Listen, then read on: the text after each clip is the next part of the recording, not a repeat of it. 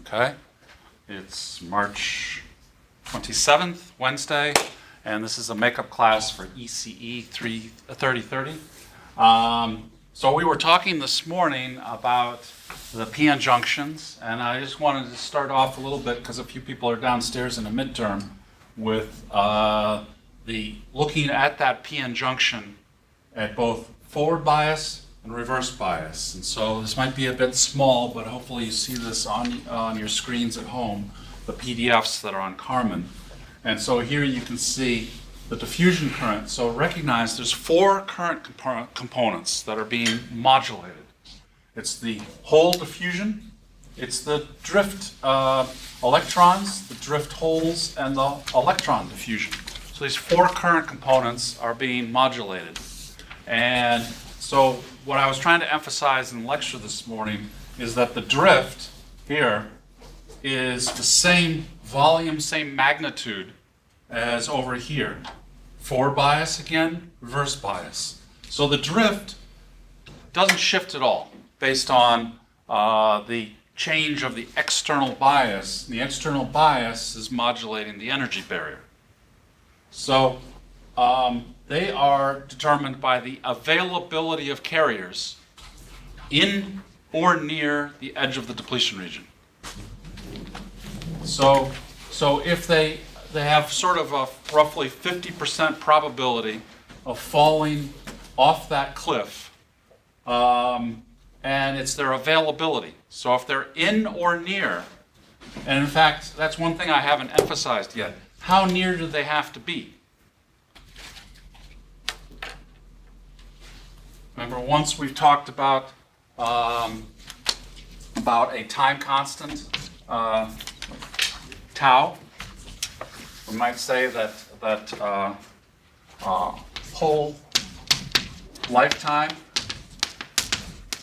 might be tau p seconds, and then I can say the whole diffusion length is L sub p. And so this is the average time that a hole will exist before it recombines. This is the same thing. This is the average distance a hole will move before it recombines. This is the temporal world, this is the spatial world. This is distance and this is time. So if I know roughly the velocity, that it's moving, then the one can be inferred from the other. So it just depends what you want to think in terms of time or in terms of length. So what I'm saying is that the whole diffusion length, average distance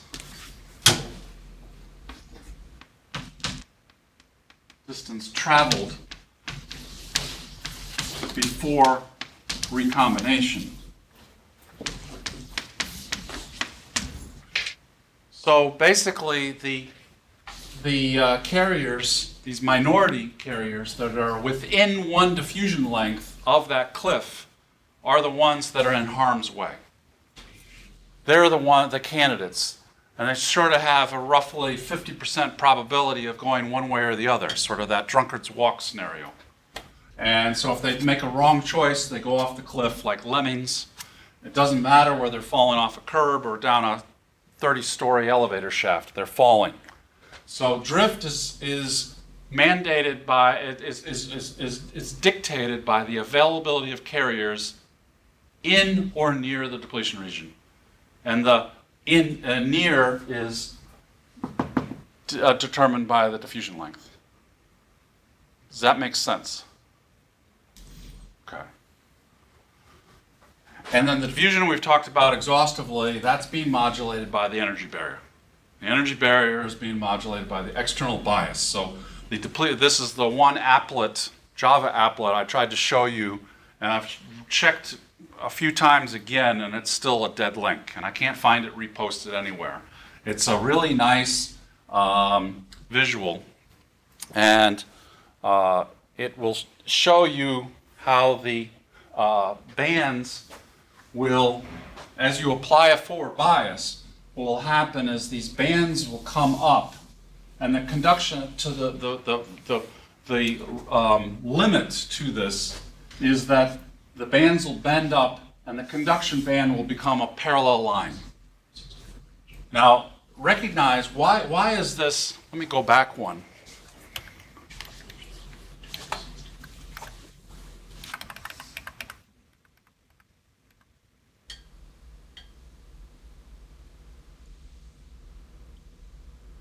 Why is this Fermi level? This is the unbiased. This is a p-n junction after we just formed it, right? And so the conduction band is bending. The valence band is bending.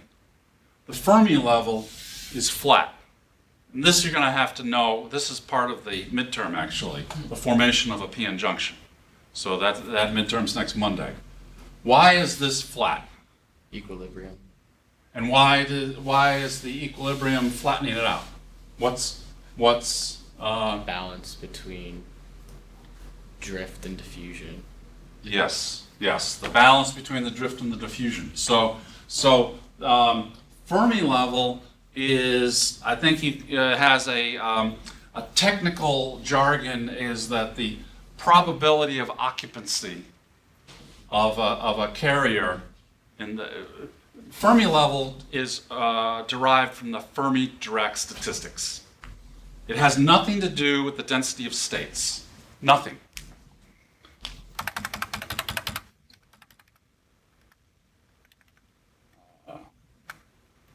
Actually, that's segment one. If I can dare go through this, because this has been very slow.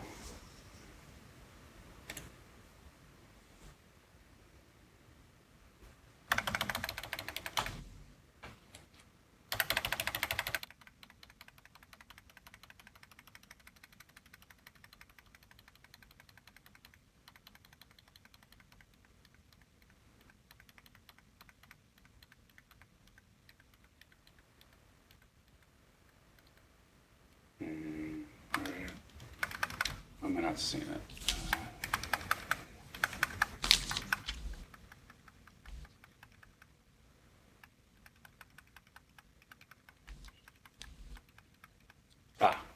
Yeah, sorry, I skipped over it. So the Fermidirac Statistics, that's this guy. Fermidirac Statistics is telling us how filled the system is with electrons. So the Fermi level is the midway point. So if you wanted to go by a textbook definition, it's the probability of occupancy is 50%. But I don't like that term, because in the context of semiconductors, it insinuates that half the states are filled. But I'm generally mapping this onto the density of states in the forbidden band gap, and there are no energy states allowed in the forbidden band gap, because that's why we call it a forbidden band gap. It's forbidden. There's no states. This is showing you the density of states. I think I truncated the x-axis there, the labeling. This is n of E, the number of parking spaces I have in the garage, right? And I start off slowly, and as I go deeper into the bands, I get more and more parking spaces. But right here in the center, no parking spaces, no place to put. So when the Fermi level's probability of occupancy is 50%, doesn't make a lot of sense. So I find that over the years, students prefer to another interpretation of it, is that I have an equal number of free electrons above, an equal number of states above as I have the holes below. So this is the amount of tailing. What I'm talking about is this tailing. The amount of tailing is equal above is equal below. Now that has to be mapped onto the density of states. And then what this is showing you is then the total charge density. So they just multiply those two functions and then integrate. So these guys show that there's the availability of them going there, But again, most of them are, a lot of them are mapping, well, actually, let's take this N-type one.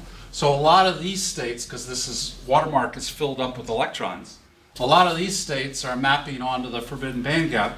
So I get the product, I get very few holes manifesting in the valence band. But because it toggled up, more of these are intersecting the allowed states. And so this is showing me how many parked cars I have. Right, so I have a lot here, few there, and so forth. So going back to the p-n junction,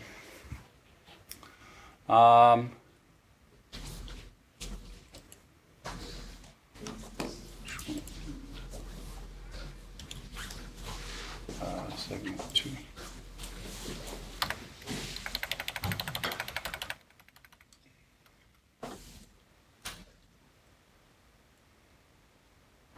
So then these are determined by those minority carriers, and they're falling down. So okay, so let's fast forward. I think some people are showing up from the midterm, so I'm going to start moving forward. So then we were talking about. I'm going to come back to that. We were talking about the depletion capacitance or junction capacitance by the fact that C is not only epsilon A over D in the physical world, but it's also dQ dV. So in the differential form, it's the change in charge manifested induced by a change in voltage. And we now know that remember, this is that, again, going back to that Java applet, that we have in that depletion region, we have a nominal, say, xn, xp. This would be the electric field. And this would be E max. So this would be the zero bias case. But as we apply the forward bias,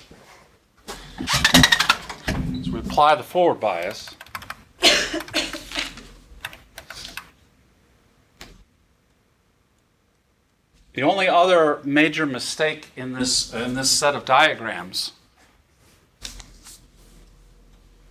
besides the fact that it's stretching the density, the distribution of charge here, this pyramid should be identical to this pyramid if they're both room temperature. This pyramid should be identical to this pyramid if they are both at the same temperature. So only the temperature smears things out in Fermidirac. So the other discrepancy is that this depletion region is modulated by the external bias. So because the band bending, this bending of the bands, right? It's horizontal, it bends, and it's horizontal. The distance over which it bends is indicative of the depletion region. And because this bends less under forward bias, it means that the electric field has shrunk. It means the depletion region has shrunk. And so over here, so this actually should show you this collapsed in. This one, because I have an external bias and I have lots of band bending, it actually means this thing has pulled apart. So what really should be shown is that and I'm just showing the electric field rather than the physical world. So this should move up. The electric field gets smaller. The depletion region gets smaller. So this is moving in forward bias. This is my nominal equilibrium. And then if I go to reverse, my electric field grows, my depletion region widens, and everything. You're going to see the consequence of that a little bit later, maybe before the end of this lecture. And so, so this is then reverse bias.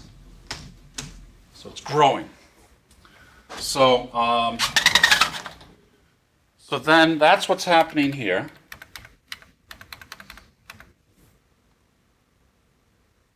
junction capacitance or depletion capacitance is that amount of ionized donors and ionized acceptors that are being added or subtracted at the edge of the depletion region. So they're out here, not at the center. And they're being, so this is, what's the difference between C and D? Doesn't say. But this is, this is maybe reverse and forward or something like that. Their caption doesn't highlight it. But it's this change in charge that's being added or subtracted. So that's your junction capacitance or depletion capacitance. And then we have this excess minority carrier charge at the edge. We started talking about that today. Do read the textbooks. This particular discussion about charge storage time delay is very well documented in the modular series, volume 2. This is where I'm pulling it from. So take a look at that. This particular figure is a Ben Streetman, Sanjay Banerjee figure, but the discussion may be better. And that's where these are the ones that I was referring to in class today, come from the volume 2, chapter 6. And so this is showing you how this distribution of minority carrier charge. Again, this is the depletion region. This is ionized. So these are the carriers that are accumulating at the edge. So therefore, these are technically neutral. These are out in the bulk regions that are neutral.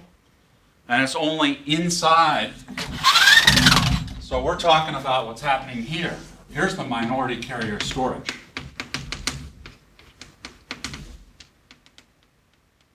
And this is charge neutral. And over here. And why is it charge neutral?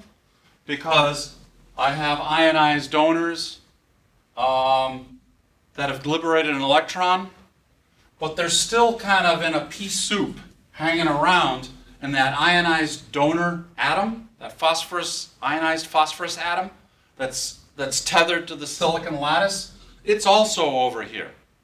So the fact they counterbalance each other, so this is charge neutral. This is the bulk. This is the depletion region.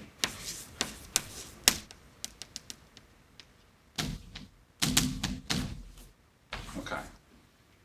So this is where that minority carrier charge is hanging around, out in the bulk.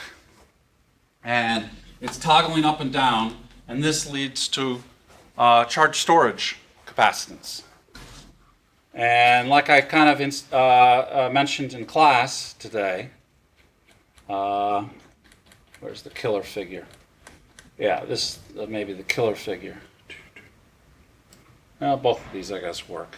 And so here it is, up, forward bias, down, reverse bias. And I think we explained why this is suppressed below the equilibrium, right? Because drift is still happening. People are still falling down elevator shafts, but it's the availability of the generation.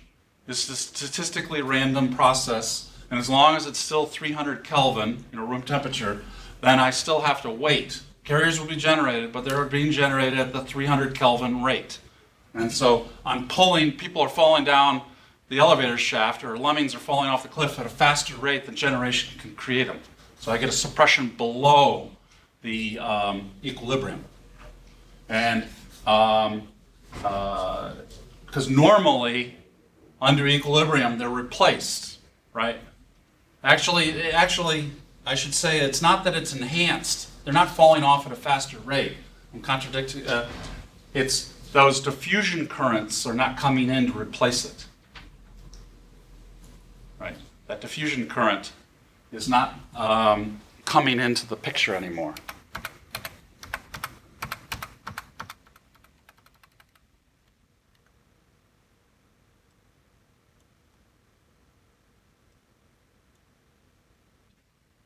This diffusion current that was coming in a forward bias is now not happening under reverse bias, so it's suppressed. So it's a dynamic equilibrium. Keep using that term. And so the dynamic equilibrium says that as I'm pulling them off and the lemmings are falling off the cliff, the diffusion is putting them back. And they're physically different origins. You gotta really appreciate that. So then as we go through the analysis of this, the temporal analysis of this is the magic number when it comes right down and kisses right at that edge, kisses the equilibrium value, then magic happens and the voltage will shift from forward bias to reverse bias. And I think this is what this curve,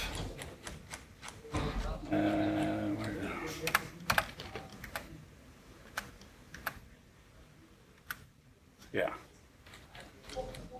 that's what this one is showing, is that this is the current flowing through that junction.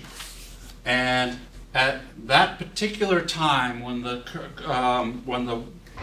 excess charge kisses that equilibrium value, that's actually this point right here. The voltage has actually gone from forward biased, right? It's forward biased, forward biased, forward biased, and then it's slowly fading the forward bias. And at that point that the carrier concentration at the very, very edge of the depletion region kisses the equilibrium value, the voltage is shifted to 0, and thereafter it's negative. So it's this delayed response. It takes a while before the forward biased diode becomes reverse biased. And it actually, through the linear circuit theory 205 solution of, have you done Kirchhoff's voltage law? Yeah. Okay. So at least you've done Kirchhoff's voltage law. So under forward bias, let's say I have 5 volts forward. And I have 10 ohms, right? So I should have half an amp going through this under forward, right? Now I switch to negative 5 volts, and so therefore this should be the reverse resistance should be high normally, but it still thinks that it's in forward. The diode here, let's use the same numbers. This is still going to be 10 ohms. This is like the parasitic resistance in the circuit. And say this is switched to minus 5 volts. Well, really, actually, let me say, okay, let's say this is 5 volts, 10 ohms, and this is a mere, what's this? Let's say, what's the built-in voltage? No, you haven't done that yet. Some of you haven't done that. Let's assume this is the voltage across a silicon diode. Does anybody know that? Cut-in voltage of a silicon diode? 0.7. Yes. So let's assume. So this is 10 ohms, 0.7 volts, and so you balance that. So it's roughly. So if this is 0.7, and that's let's call that for easy numbers 5.7. So then I still have. So this is 5.7. But this is subtracting from it 0.7, so I got a net of 5 volts and 10 ohms, so I got 2 amps. So let's say I got 5.7 volts, 10 ohms, and this remains 0.7 volts here. It remains 0.7 volts. So all of a sudden now this is still sending large amount of current, right, through this. And only when it takes on this negative flavor that this will actually start to act like an open circuit, because that's what a diode is. It's a short circuit, and over here it's an open circuit. It's a large resistance, small resistance. So over here it's got the flavor of 0.7 volts. Over here it might have the flavor of a mega ohm. And so therefore this should be taking up a mega ohm or something, but it's not. It's stuck by the minority carrier charge. It's stuck at 0.7 volts. And only does it hit 0, and then it starts to move towards a mega ohm. So momentarily, a large amount of current flows. That's why this anomaly happens. So please understand for the final, because this won't be on the midterm, why that anomaly happens. Okay. So then this shows you, yeah, we already did that. Then if you talk about the turn on transient, that's actually a lot easier.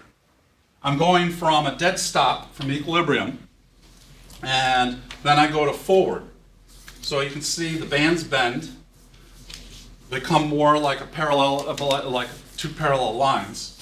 And so I'm going from the equilibrium concentrations, and all I'm doing is driving that up, pushing and accumulating. So now I have all those diffusions. Diffusion of electrons coming over, diffusion of majority holes coming over, right? And so I'm piling on, and I'm adding to the minority carrier population on the opposite side of the depletion region. Bless you. So these are start to accumulate. So the turn on transient is actually a lot simpler because it's just this.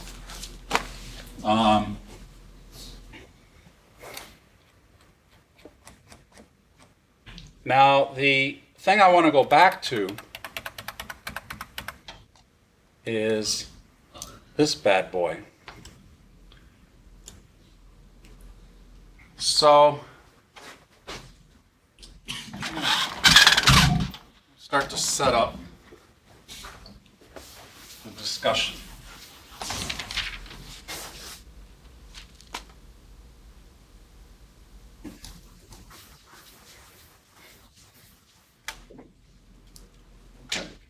So,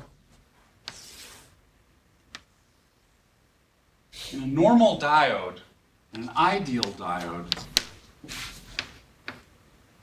I have this. I've drawn this on the board once. Minus I naught. This is X Q V divided by KT. And then the diode equation that describes this is I equals I naught X Q V KT minus 1. Okay.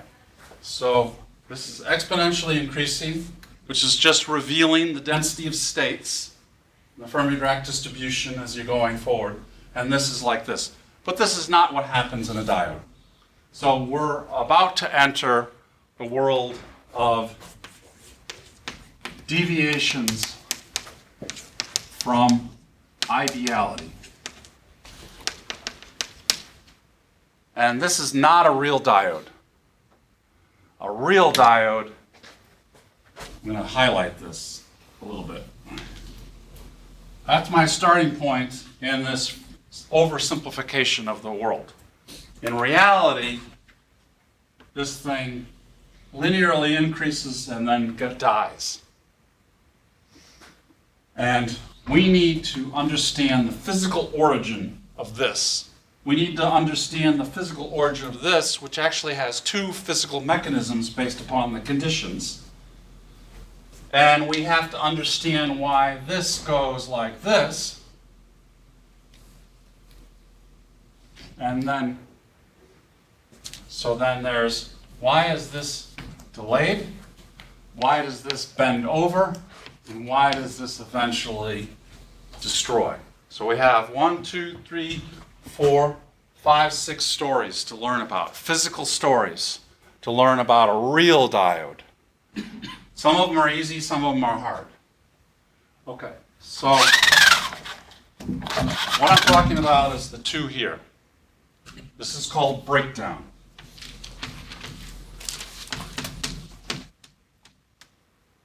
Okay. Have you ever heard seen a diode will have a breakdown? Have you ever come across that in anything? Okay, I only see one head now. That's fine. So that's what's happening here. And two things can physically happen. I'm going to put this to zoom width. So I have, just view one page. One page. Yeah. So a couple things can happen. This is one physical mechanism. This is the other physical mechanism. Okay, let me start with this one. As the bands, oh shoot, I erased it. Okay, the electric field that I was showing you grows and grows. That triangle, as the reverse bias grows, the reverse bias, the electric field is growing larger and larger and larger, right? So the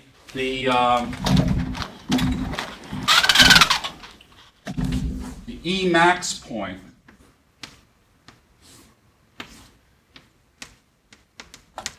grows and grows and grows. So this might be equilibrium, and this is high reverse. Oops. High reverse. So at some point, the electric field is going to get to be critically high. How many of you have ever gone to Cedar Point? Great. How many of you have a little sister? There you go. Perfect. So, I am a charge going across this this depletion region under drift. So this is the kid falling down the elevator shaft, and so he's falling, and the electric field has grown. The depletion region has stretched, so the shaft is getting deeper and deeper, and he's falling and falling, and he's accelerating by the electric field. And eventually, that carrier is going to hit the lattice, right? It's going to hit some piping in the elevator shaft.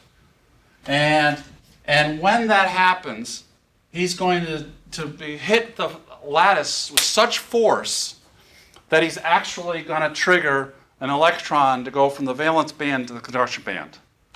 So if the force, conservation of momentum, conservation of energy, if the energy that this kinetic energy this guy picked up is so high that it equals the band gap energy, then he has a probability of kicking an electron all the way up to conduction band. It's as if you were at the Cedar Point bumper car ride, and you see your kid's sister, and you want to step on the gas and go right at her, and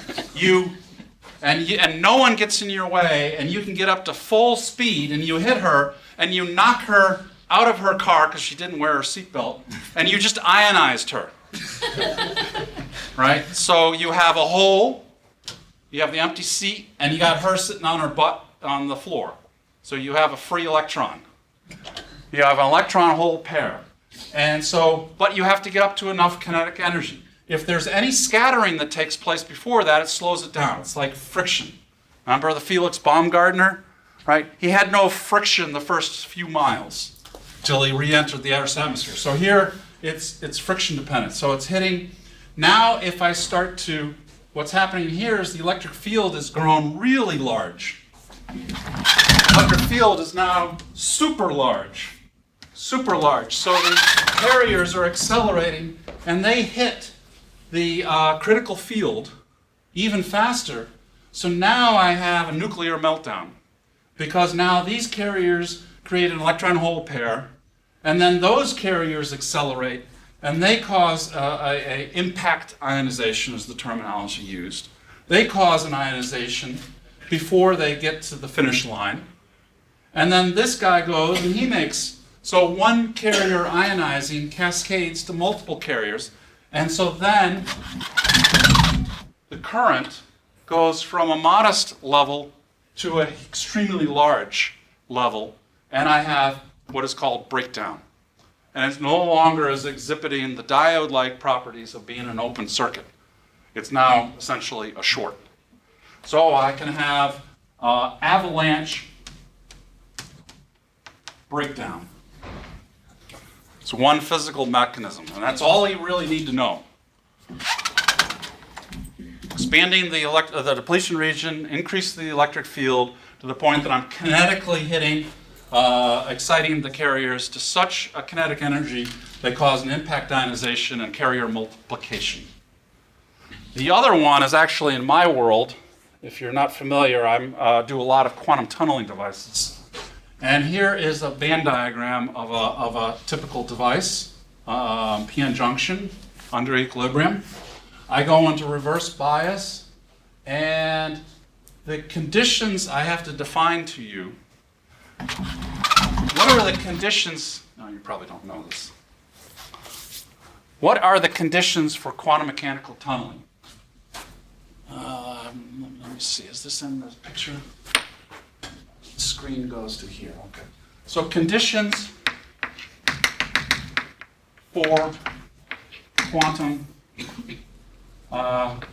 tunneling.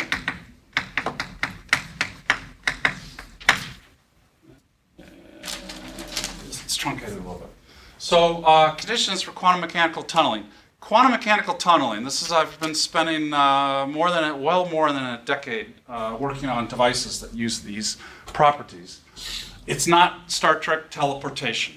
Some people will think about that. I actually heard a Nobel Prize winner at this conference in Shanghai, and he referred to it as something like that. And he won the Nobel Prize for quantum tunneling in superconductors. And he got the physics wrong. It's not teleportation. It is conditions for quantum mechanical tunneling is I need to have available carriers. I have to have empty energy states adjacent. And I have to have a small distance in between. Anything can tunnel if you can satisfy those three conditions. That's what's happening with this band diagram. So let's review. I have a PN junction here. I have holes in my valence band. I have electrons in my conduction band. So this is holes, but don't forget, what people forget is that below the holes are electrons. Right? Because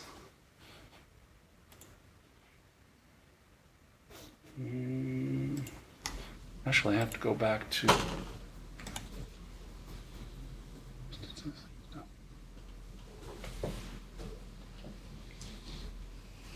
quantum mechanics.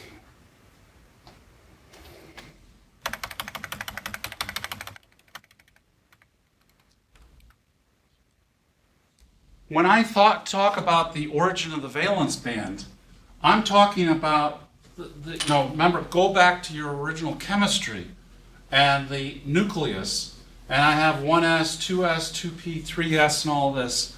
That valence band is a manifestation of the end of all these filled levels, right? We fill in through Pauli exclusion principle or Fermidirac statistics. I start filling from the bottom, and I fill up to the top, and then I get to the watermark level. So the valence band and conduction band is the separation between where carriers are and where the carriers are not.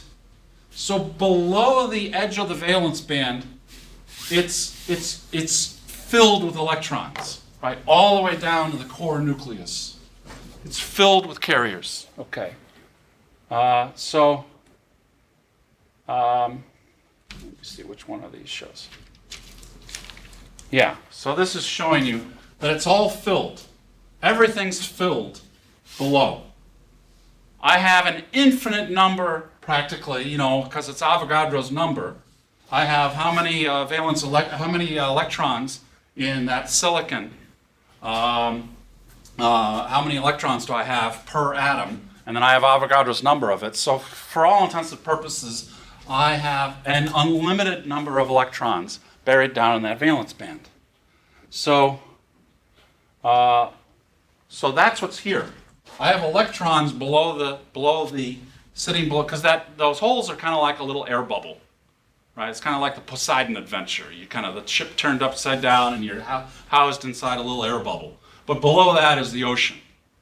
So as this thing goes into reverse bias, these electron states are now, these filled electron states are now above these empty electron states. Does that make sense? So I have, in fact, the way it should be drawn is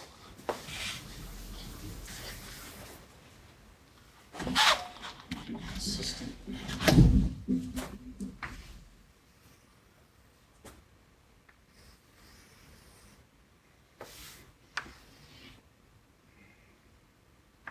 So maybe I have this all filled electrons. And so these filled electrons in the valence band, maybe I have a few holes up there, the little air bubble. But they're opposite, these are all empty. Maybe I have a few electrons down there as a puddle at the very edge, right? Because they fall down like bowling balls. But all of these guys can come over. So I've satisfied, I have available carriers, because they're down in the core of the valence band. I have available carriers. I have empty energy states over here adjacent. So it's all predicated on the third condition, the small distance in between. So quantum mechanical tunneling only happens at the nanoscale. Right? How many of you have ever been diffracted by a door? I mean, probably not. You're a macroscopic particle. But technically, just like a photon going through a diffraction grating, if you walk out that door when we finally terminate, you could be diffracted and end up going right when you wanted to go left. Of course, that could be influenced by happy hour. But, so that's what's happening here. So this is a small distance in between. When is the depletion region small? This depletion region is small if remember the carriers, this is the band bending, and this is a certain amount of charge of the one polarity type balanced by the certain amount of charge on the other type, carrier type. And so essentially what I have is, if this is a, this is my, I would have a P plus N plus junction. So if this is doped actually very, very highly, if you do, and I think I'm trying to get Sarah to assign some questions about calculating depletion widths. It's kind of standard fare, plug and chug. It's not the stuff I really like to emphasize, but you do need to do it. So at least one or two when those are in that homework assignment that she's posting right now. And you calculate the depletion width, and the depletion width is determined by the doping. Essentially,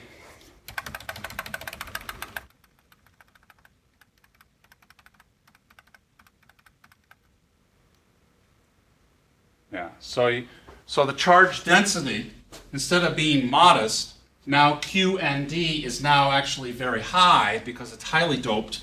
So I've now toggled this from being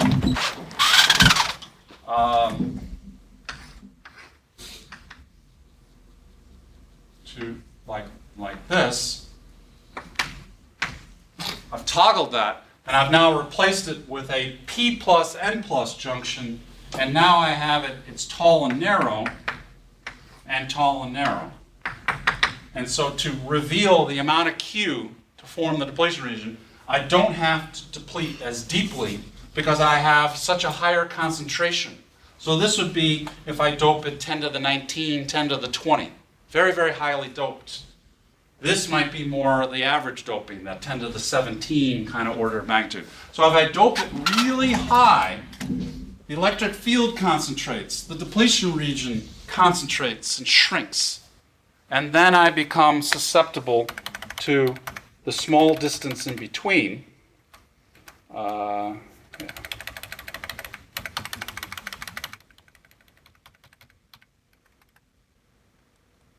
And so if the depletion region is very narrow, then this condition can happen.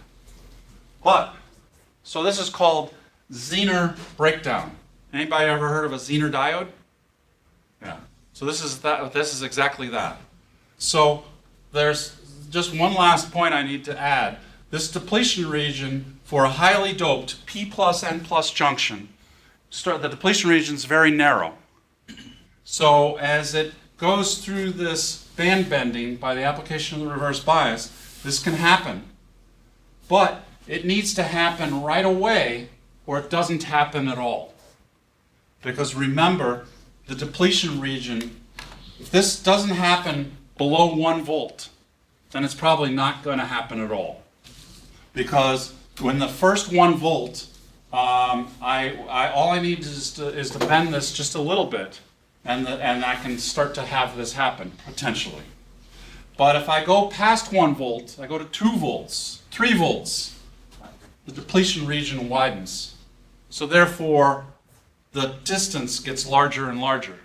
So Zener is the other condition. Avalanche is 1, and Zener is 2. These are the two mechanisms of breakdown.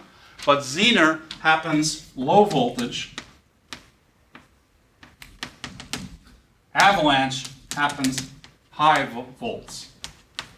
Because I need to get that kinetic energy, that acceleration, that high energy to cause the ionization event. So that's a clear differentiator. If you measure a diode and I tell you that it has a breakdown voltage below 1 or 2 volts, you can pretty much make a pretty good assumption Zener was the cause.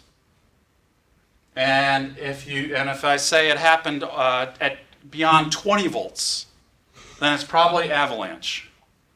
Now, just give two applications kind of that these are used. Zener is, because of the way the Zener breaks down, and it hits this so abruptly, often Zener diodes, by the way, contrary to most thought, it's called breakdown, but it doesn't mean the device is dead.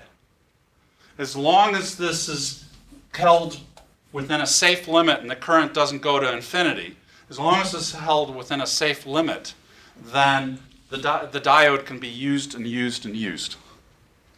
So under Zener, this is so abrupt and it's so predictable where this happens that they often will use this in a circuit where they want to have some sort of surge control, where they want to protect the rest of the circuit. Maybe there's a digital circuit, and they want to make sure that there's not a voltage spike or current spike that shoots through there, and this will be set at, like 1 volt, that anything beyond 1 volt be shunted through the Zener diode, and it's going to shunt the bad current away. This current spike is going to shunt it away. That's one usage of a Zener diode. I'm not a hardcore circuits person, but that's one way, because it doesn't matter whether it's a little or a lot. It's going to hold it and block it from going above a certain voltage that could burn out the rest of your digital circuits. The avalanche seems also problematic. Okay, I got all this high current. Why do I want this? Avalanche is actually used in that fiber optic system that you're designing the 980 pump laser for. Why would I want to use that? Because when I'm up in London and I'm trying to detect that signal from Boston, it got very attenuated. So by the time it arrives in London, I might be photon limited.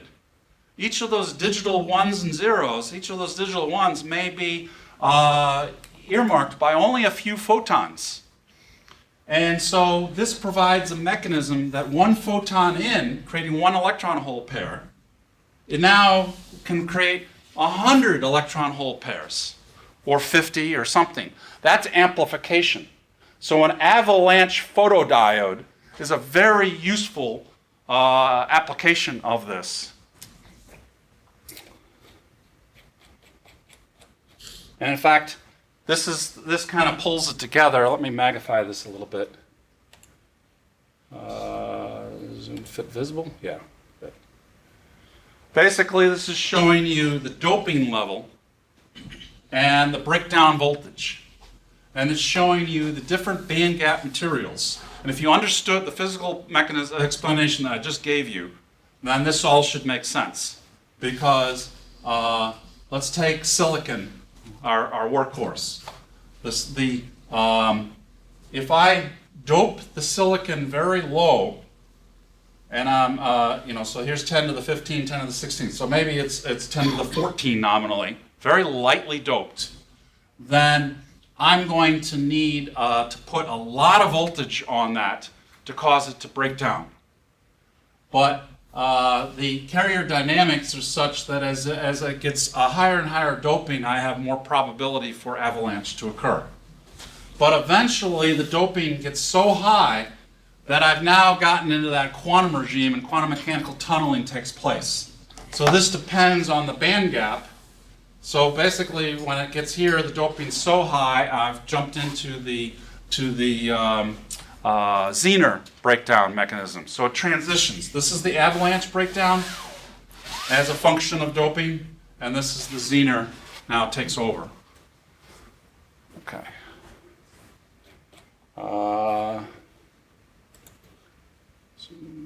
Page width. Okay. So yeah, here's your avalanche. Another representation of it. The bands have bent so highly that one carrier comes in, it accelerates, causes an excitation, creating, when it hits, it creates an electron-hole pair. Right, here's the hole and the extra, so one electron in created an electron-hole pair, and that electron's over, and the electrons are in the conduction band, right? Hope you get that right. And then the holes are in the valence band. So then this guy goes this way, creating cascade. This guy goes this way, and it cascades. Okay. So this is a course. You can see how tilted it is. This is really high voltage. The breakdowns of this are very, very high.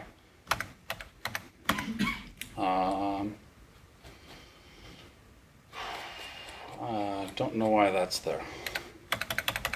Okay, we talked about switching. And yeah, so, here's that generation recombination that we talked about. Here's reverse bias p-n junction due to generation. So generation recombination, what I'm trying to advocate, is happening all the time. I can get a carrier, those Usain Bolts, I can get a carrier anytime at room temperature to undergo an excitation and jump up to the conduction band. It's only a few of them, only the Olympic athletes are going to do it, but some can do that. So that's generation's happening all the time. And recombination is happening, so what goes up comes down. So recombination, generation, some of these are falling down, recombination as well. But let's say I had a defect level in there. This is a recombination center. Remember those point defects we talked about? Back when we were talking about crystallography, a vacancy defect, an interstitial.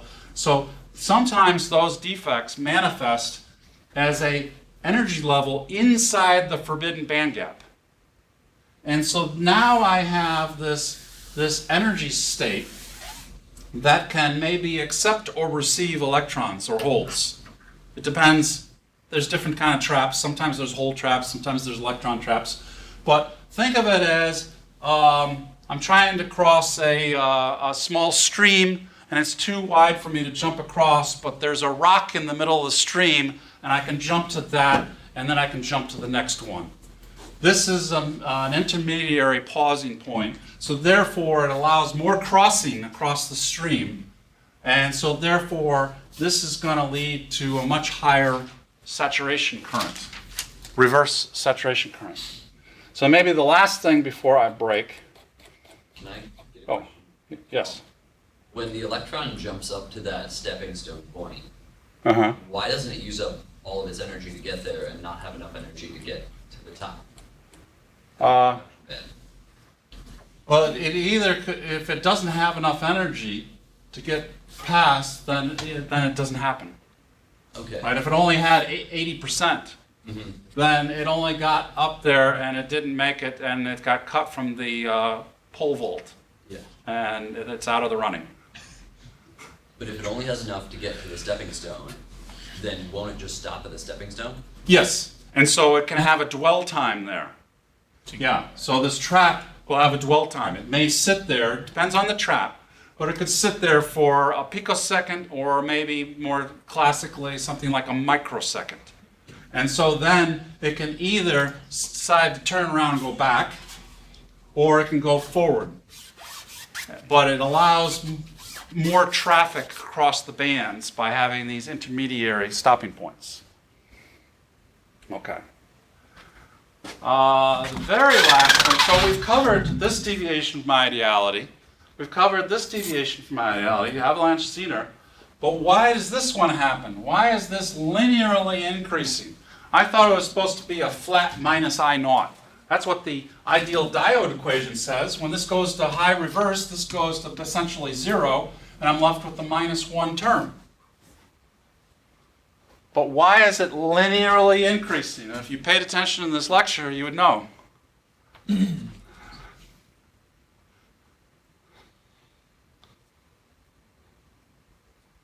I naught isn't a constant. Yeah, I naught is increasing, but why is I naught increasing? What is the source of I naught? Drift. Drift, which is the availability of carriers. And I used a statement I started to introduce since either this lecture or this morning. Yeah, this lecture, I started to introduce the verbiage in or near. The generation that happens in or near the depletion edge are the ones that are being gobbled up, contributing to the drift.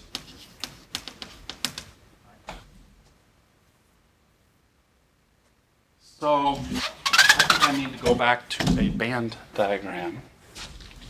Let's go back to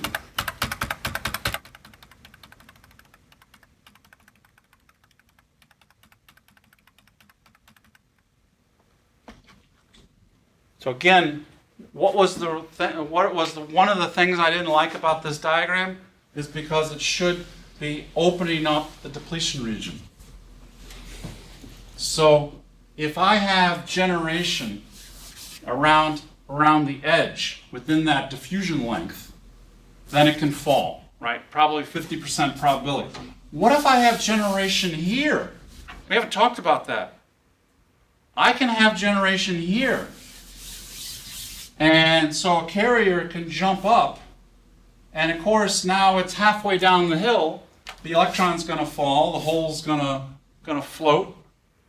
So I can have generation inside the depletion region too. There's really nothing preventing it. So that's why it's better to say in or near. And what happens to the depletion region width as I go into reverse bias? It widens linearly with voltage. Therefore, it's no surprise that this should linearly increase with voltage because my volume of the in or near is increasing linearly. See, now it's just sort of, I love doing this deviations from ideality because it's a way to sort of revisit all these key concepts, and you see, and if you understand the fundamentals, then these just fall right out. Okay, I'm not going to go into this yet. I think we're kind of out of time, so I'll cover that on Friday. I think this is posted. Let me see. I'm not posted, but yeah, so this is still recording. Hi. Yes, there I am. So I'm going to say sayonara. Good night. Hope you guys did well on the midterm that you were just in. What was that? What class was that? EC 2560. 2560. So Microcontrollers. microcontrollers. Architecture.